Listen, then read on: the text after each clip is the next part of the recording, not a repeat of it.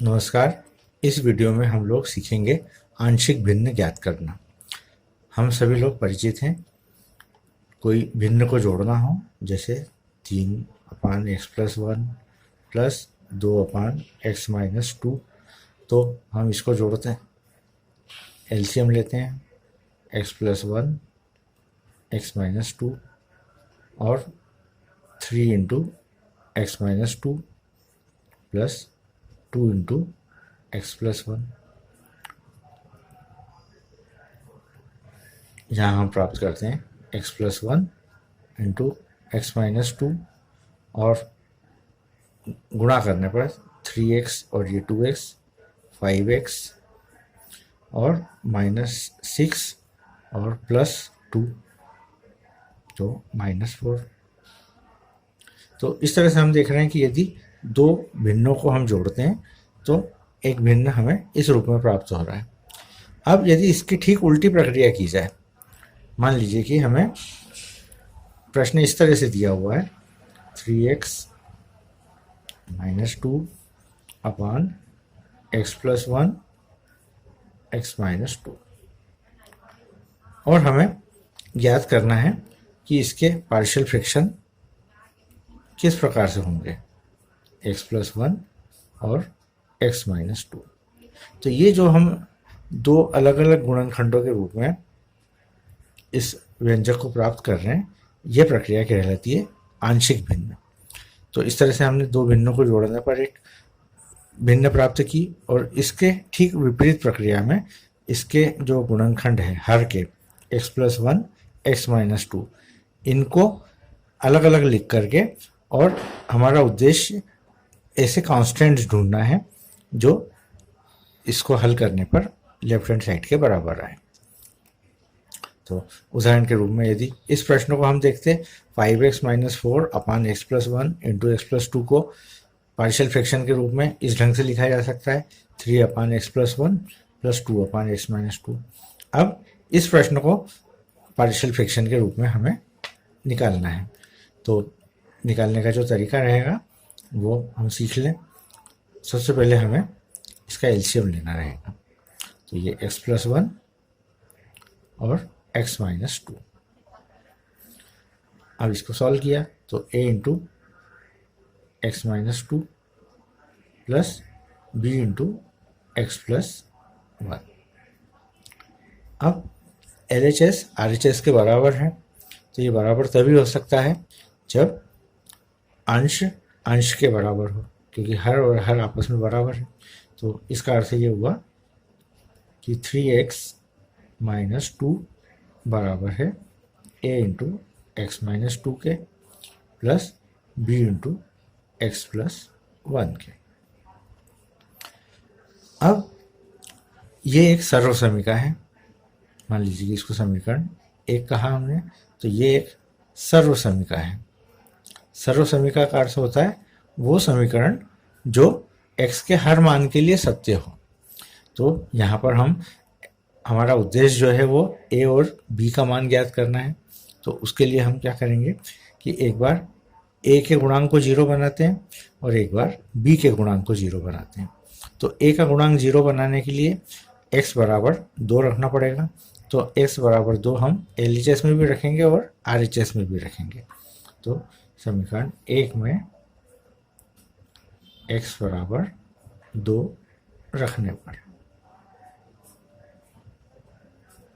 तो x बराबर 2 LHS में भी रखेंगे और RHS में भी रखेंगे। तो x बराबर 2 रखा, तो 3 × 2 - 2 बराबर a 2 - 2 प्लस b 2 + 1। अब इसको हल किया हमने तो हमें प्राप्त होगा 6 - 2 यानी 4 बराबर, ये तो 0 हो जाएगा और ये हो जाएगा 3b, इसलिए b बराबर हो गया 4/3। तो ये हमने b का मान प्राप्त कर लिया। अब इसी तरह से समीकरण 1 में x बराबर -1 रखने पर, क्योंकि इसको 0 बनाना है, तो -1 रखने पर,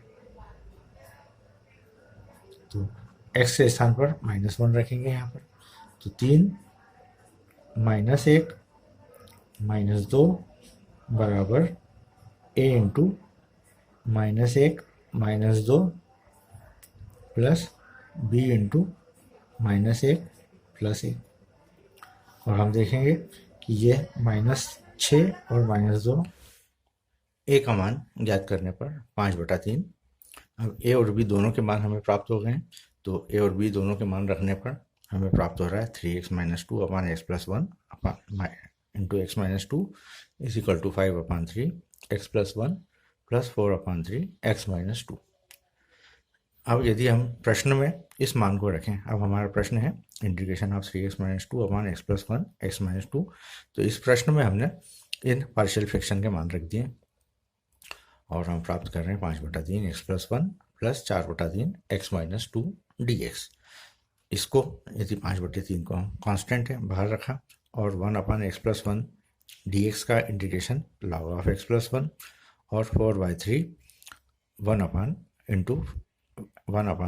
- 2 dx का इंटीग्रेशन log ऑफ x - 2 और प्लस इंटीग्रेटिंग कांस्टेंट।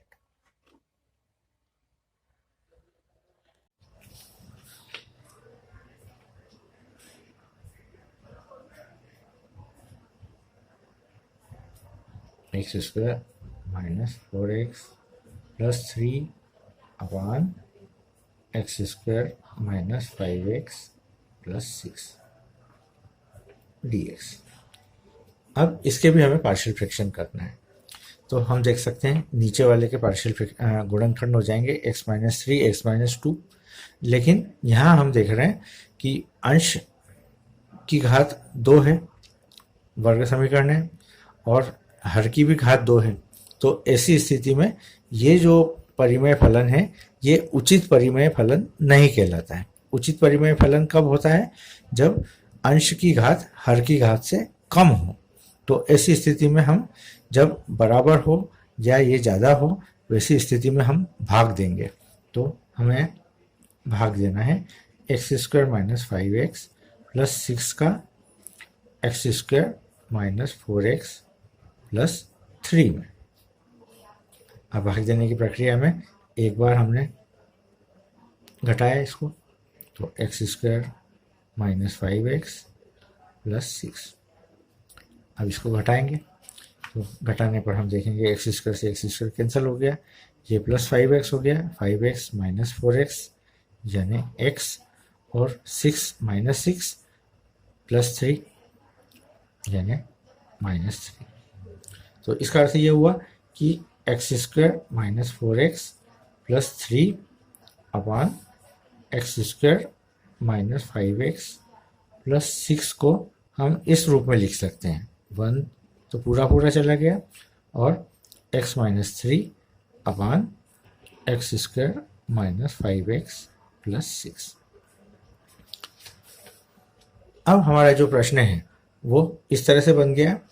यदि इसको हम आय से व्यक्त करें इस प्रश्न को, तो आय हो गया है integration of 1 plus x - 3 upon x² - 5x plus 6, और इसका मान हो जाएगा 1 का इंटीग्रेशन x हो जाएगा, तो ये हो जाएगा x plus integration of x - 3 अपान, और यदि इसके हम गुणनखंड करके भी लिख दें तो हम इसको लिख सकते हैं x - 2 x - 3। जिस तरह से हम गुणनखंड निकालते हैं वैसे गुणनखंड निकालें इसके, और ये dx। अब ये समीकरण 1 हो गया। अब इस 1 में इसके हमें पार्शियल फ्रैक्शन करना है और उसके बाद में इसको हल करना है। तो x - 3 अपान x - 2 x - 3। अब यहाँ देख सकते हैं हम इस प्रश्न में कि x - 3 से x - 3 कैंसिल हो जाएगा, तो पार्शियल फ्रैक्शन करने की आवश्यकता नहीं है हमें। तो ये प्रश्न इस रूप में हो गया x अपान 1/(x-2) dx, और इसका हो जाएगा x plus log of x-2 plus constant. मान लीजिए कि इस तरह के फैक्टर कैंसिल होने वाले नहीं होते, तो उस स्थिति में हमें इसके पार्शियल फ्रैक्शन करना पड़ते हैं, और पार्शियल फ्रैक्शन जिस तरह से हमने पिछले प्रश्न में किए हैं वैसे ही पार्शियल फ्रैक्शन करके और फिर इस प्रश्न को हम हल कर पाते हैं। आइए अब अगला प्रश्न देखते हैं।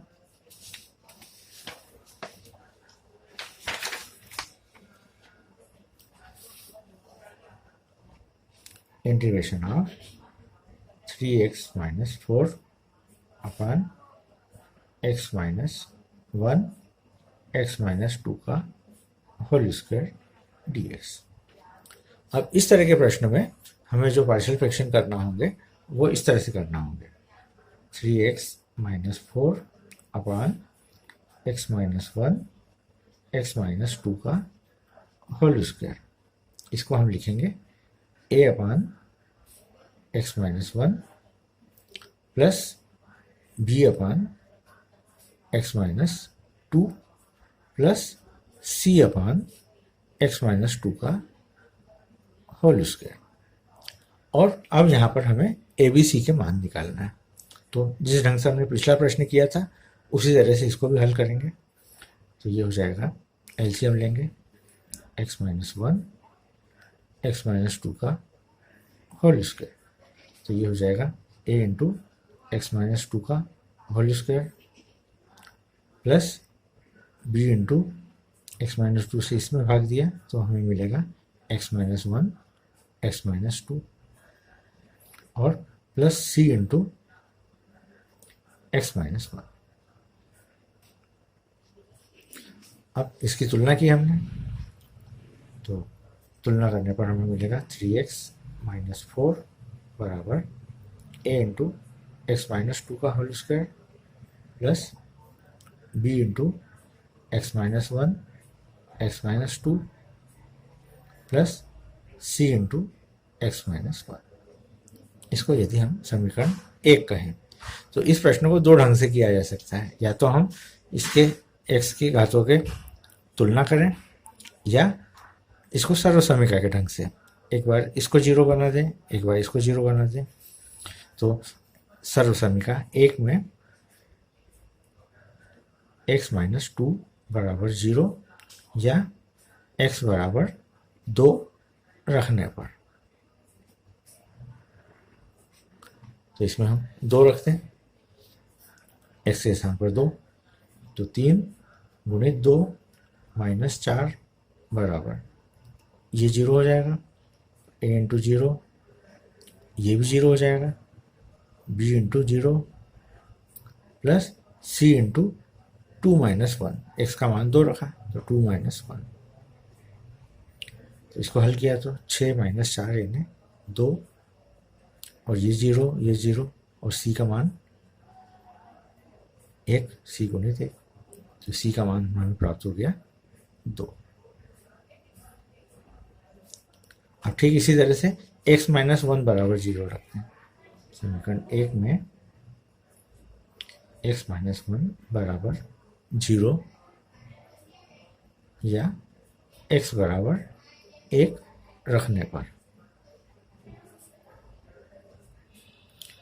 तो इसमें रखेंगे हम x के स्थान पर 1, तो 3 गुणित 1 माइनस 2 4 बराबर a इंटू x के स्थान पर 1 रखना है तो 1 माइनस 2 का होल स्क्वायर प्लस b, अब x बराबर 1 रखेंगे तो ये 0 हो जाएगा और ये 0 हो जाएगा, तो b गुणित 0 प्लस c गुणित 0।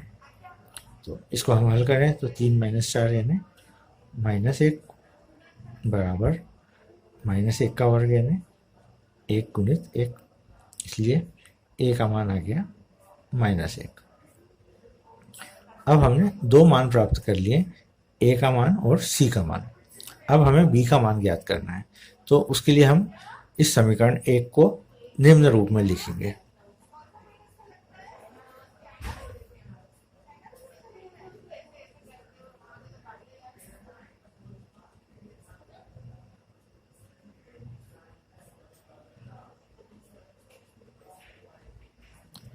देखिए गुणांकों के रूप में लिखते हैं। तो यहाँ पर एक्स स्क्वायर का गुणांक लेफ्ट हैंड साइड में कुछ भी नहीं है, तो इसको हम लिख सकते हैं 0 इंटू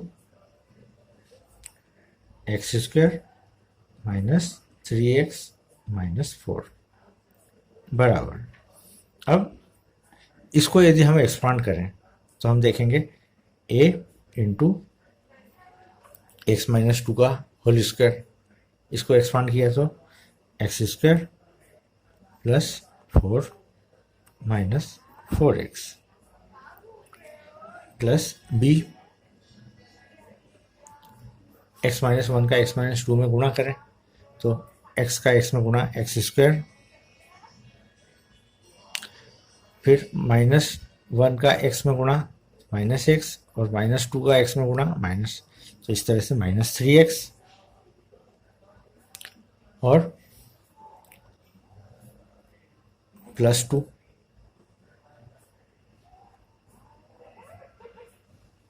ये इसका हमने इसमें गुणा किया तो हम प्राप्त कर रहे हैं b into x square minus 3x plus 2 plus c into x minus 1।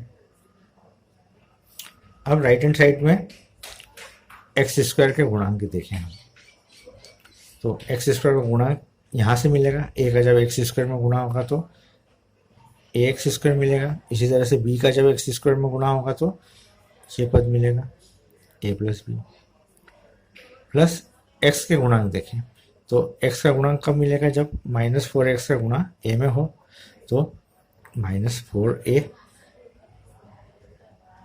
और इसी तरह से यहाँ से b का गुणा जब माइनस 3x में हो तो माइनस 3b, और जब c का गुणा x में हो तो प्लस c, और इसी तरह से कांस्टेंट टर्म्स यहाँ से 4a 2b और माइनस c। अब गुणांकों की तुलना करने पर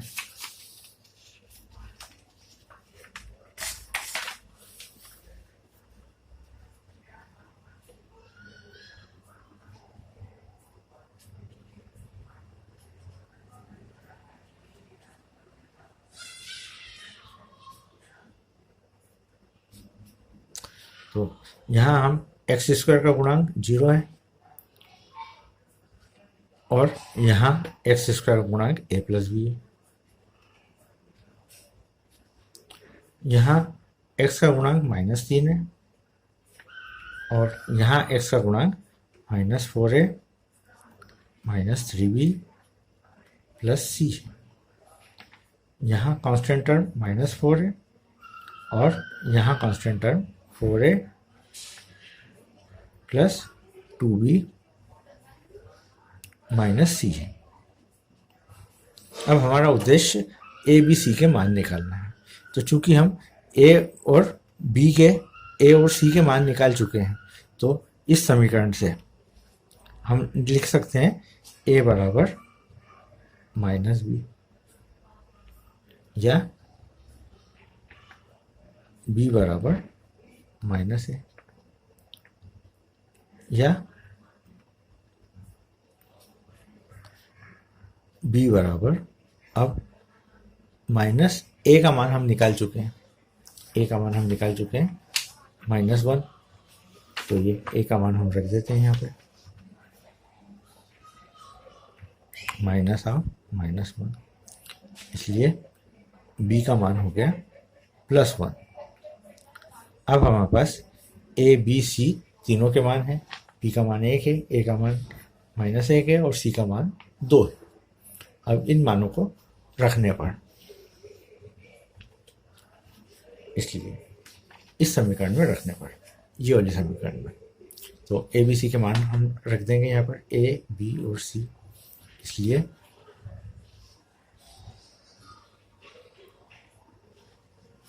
3x - 4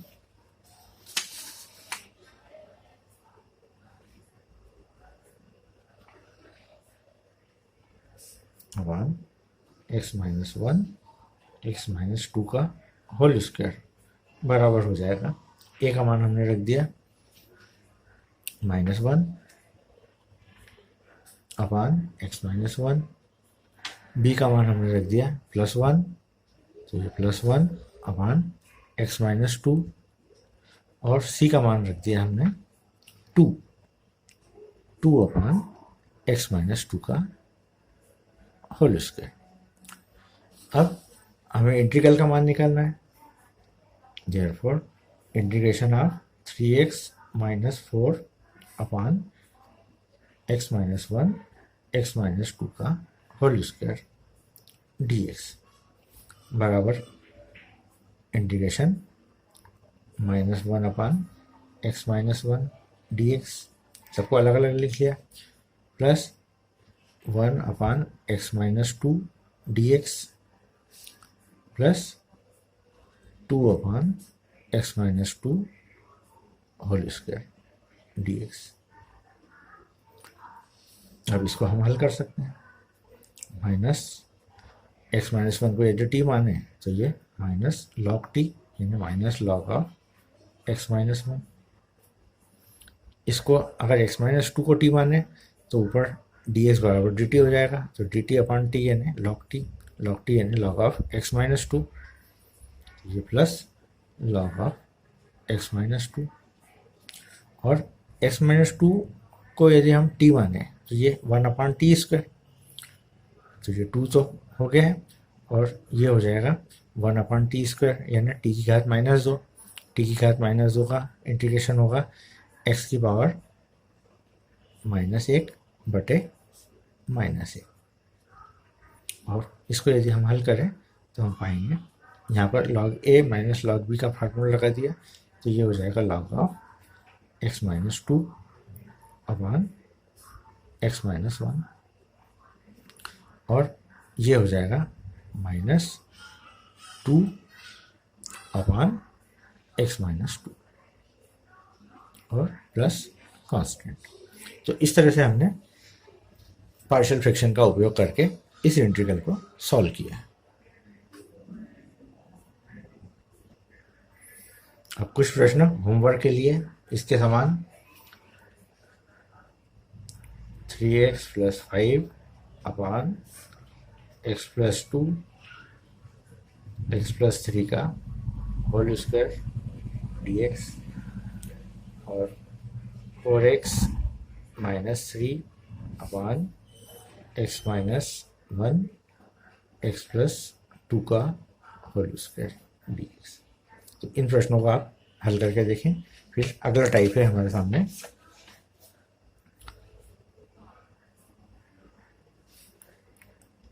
(4x + 5 अपान x+1 इंटू x² + 1 dx। अब इस तरह के प्रश्न में हम देख रहे हैं कि x+1 इंटू x² + 1, x² + 1 के आगे और ज़्यादा फैक्टर नहीं हो सकते हैं, तो इस तरह के प्रश्नों को हम पार्शियल फ्रैक्शन से हल करेंगे। तो इसके लिए पार्शियल फ्रैक्शन होगा 4x + 5 अपान x+1 इंटू x² + 1, और इसको हम लिखेंगे a अपान x+1, और दूसरा लिखेंगे x² + 1, और x² + 1 के ऊपर लिखेंगे हम bx + c। तो अब हमारा उद्देश्य रहेगा a b c के मान ज्ञात करना। तो इसको भी मान ज्ञात करने के लिए हम एलसीएम लेंगे।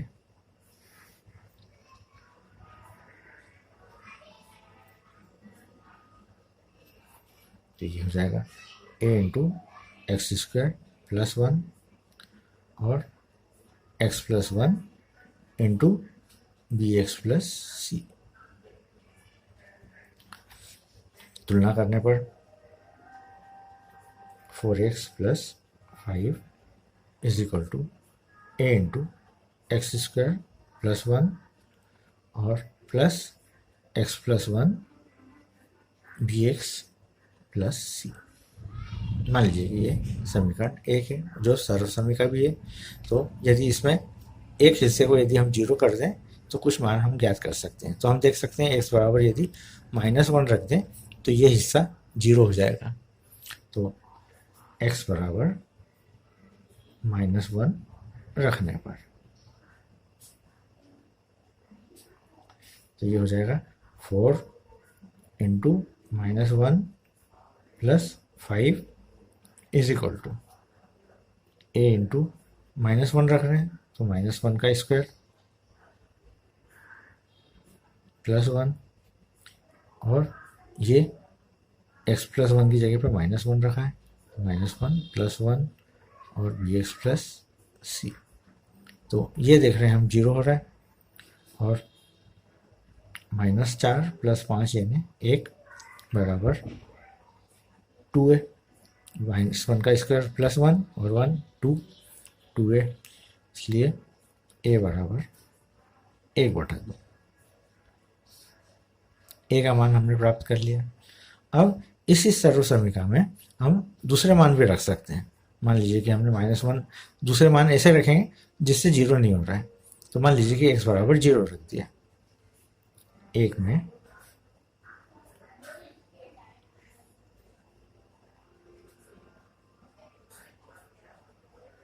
तो 0 रखने पर 4 इंटू 0 प्लस 5 बराबर a into 0 plus 1 plus x के स्थान पर 0 रखा तो 0 प्लस 1 इंटू b और x के स्थान पर 1 रखा प्लस। तो हम देख सकते हैं यहाँ पे कि 5 इज इक्वल टू a और +1 का इसमें गुणा होगा प्लस b प्लस c। ये एक समीकरण प्राप्त हो गई। मान लीजिए कि इसको समीकरण हमने 2 कहा। अब इसी तरह से x बराबर +1 रख करके देख लेते हैं।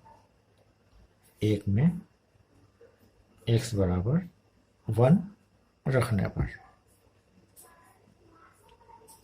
तो यहाँ पर x के स्थान पर 1 रखेंगे +1 तो हमें प्राप्त होगा 4 into 1 plus 5 is equal to a into 1 plus 1 plus 1 plus 1 into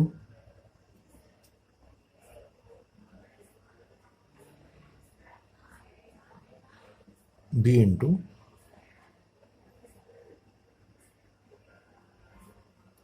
sorry ये b इंटू 0 हो जाएगा। तो यहाँ पर ये b वाला पद नहीं मिलेगा। a plus C is equal to 5 और यहाँ पर हमें प्राप्त हो रहा है x बराबर 1 रहने पर b इंटू 1 प्लस सी।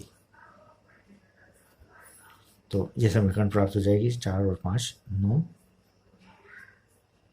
बराबर 2a प्लस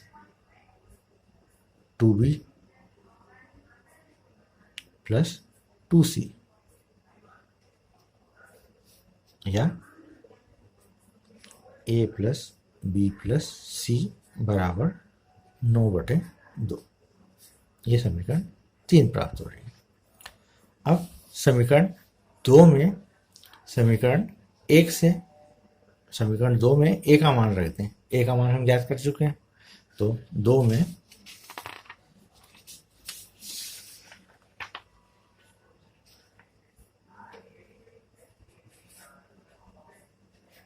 a बराबर 1/2 रखने पर तो 5 बराबर 1/2 प्लस c। तो c बराबर हो जाएगा 5 माइनस 1/2 और इसको हमने हल किया तो 10 माइनस 1 यानी 9/2। तो c का मान हमें प्राप्त हो गया 9/2। अब a और c दोनों के मान हमें प्राप्त हो गए तो b का मान हम समीकरण 3 से ज्ञात कर सकते हैं। तो समीकरण 3 में a और c के मान रखने पर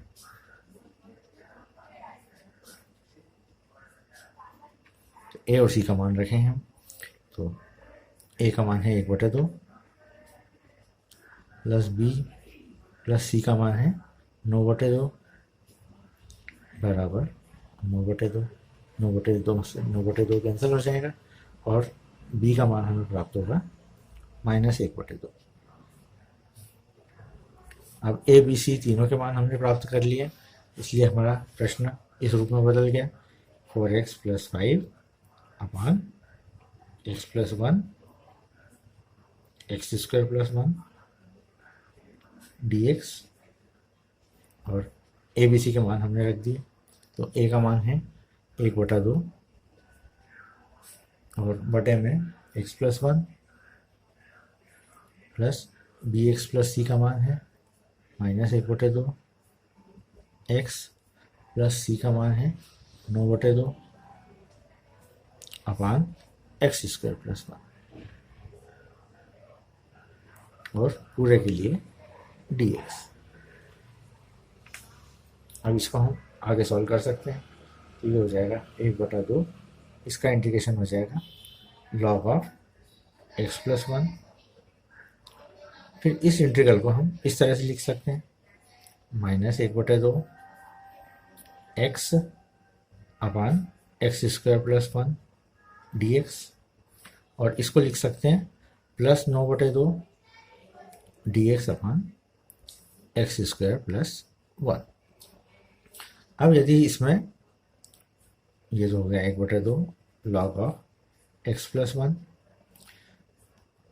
प्लस -1/2। अब इसमें हम क्या कर रहे हैं, 2 का गुणा कर रहे हैं, 2 से भाग दे रहे हैं। तो ये 2 से भाग दिया हमने और 2 से गुणा किया। तो ये करने से ये फायदा होगा कि यदि हम x² + 1 को t माने तो 2x dx बराबर dt हो जाएगा और प्लस 9/2 और x dx अपान x² + 1 का होता है tan इनवर्स x। तो अगला हो जाएगा 1/2 log ऑफ x + 1 -1/4 और इसको यदि t मानते हैं तो ऊपर dt बन रहा है 2x dx बराबर dt। तो ये हो जाएगा log ऑफ x² + 1 और plus 9/2 tan inverse x plus constant. तो इस तरह से हमने देखा कि पार्शियल फ्रैक्शन का उपयोग करके हम इन प्रश्नों को हल कर सकते हैं। तो इस तरह से आप लोग आपकी पुस्तक के प्रश्नों को हल करके देखें। तो इस वीडियो के लिए इतना ही। धन्यवाद।